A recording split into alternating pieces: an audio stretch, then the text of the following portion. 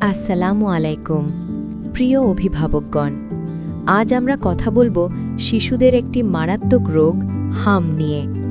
এই রোগকে অবহেলা করলে এটি জীবন ঝুঁকির কারণ হতে পারে। হাম কি ও কিভাবে ছড়ায়? হাম একটি অত্যন্ত সংক্রামক ভাইরাসজনিত রোগ। এটি বাতাসের মাধ্যমে খুব দ্রুত একজন থেকে আরেকজনের মধ্যে ছড়িয়ে পড়ে। ভাইরাস শরীরে ঢোকার 1 থেকে 2 সপ্তাহ পর লক্ষণ দেখা দেয়। প্রাথমিক লক্ষণ: প্রথমে শিশুর জ্বর হয়, যা 104 থেকে 105 ডিগ্রি পর্যন্ত উঠতে পারে।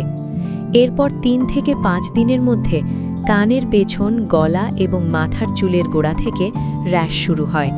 ধীরে ধীরে এই র্যাশ সারা শরীরে ছড়িয়ে পড়ে। বিপজ্জনক লক্ষণ খুব গুরুত্বপূর্ণ অংশ।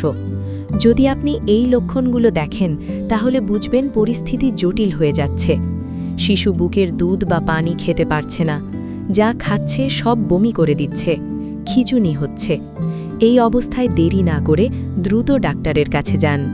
শিশুর যত্ন ও চিকিৎসা: শিশুকে বারবার বুকের দুধ ও খাবার দিন। জ্বর 102 ডিগ্রির বেশি হলে প্যারাসিটামল দিন। জ্বর 3-4 দিনের বেশি থাকলে পরীক্ষা করান। যদি নিউমোনিয়া, ডায়রিয়া বা কান পাকা দেখা দেয়, তাহলে দ্রুত চিকিৎসা নিতে হবে। চোখ ও মুখের যত্ন: চোখে পানি পড়লে ভয় নেই, কিন্তু পুজ হলে পরিষ্কার কাপড় দিয়ে মুছতে হবে।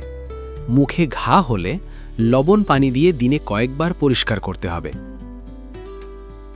প্রতিরোধী সেরা উপায়: শিশুকে সময় মতো হামের টিকা দিন। ভিটামিন এ খুব গুরুত্বপূর্ণ। এটি শিশুর চোখ ও শরীরকে সুরক্ষা দেয়। সংক্রমণ প্রতিরোধ: হামে আক্রান্ত শিশুকে অন্তত 4 দিন অন্য শিশুদের থেকে দূরে রাখুন, কারণ এটি খুব দ্রুত ছড়ায়।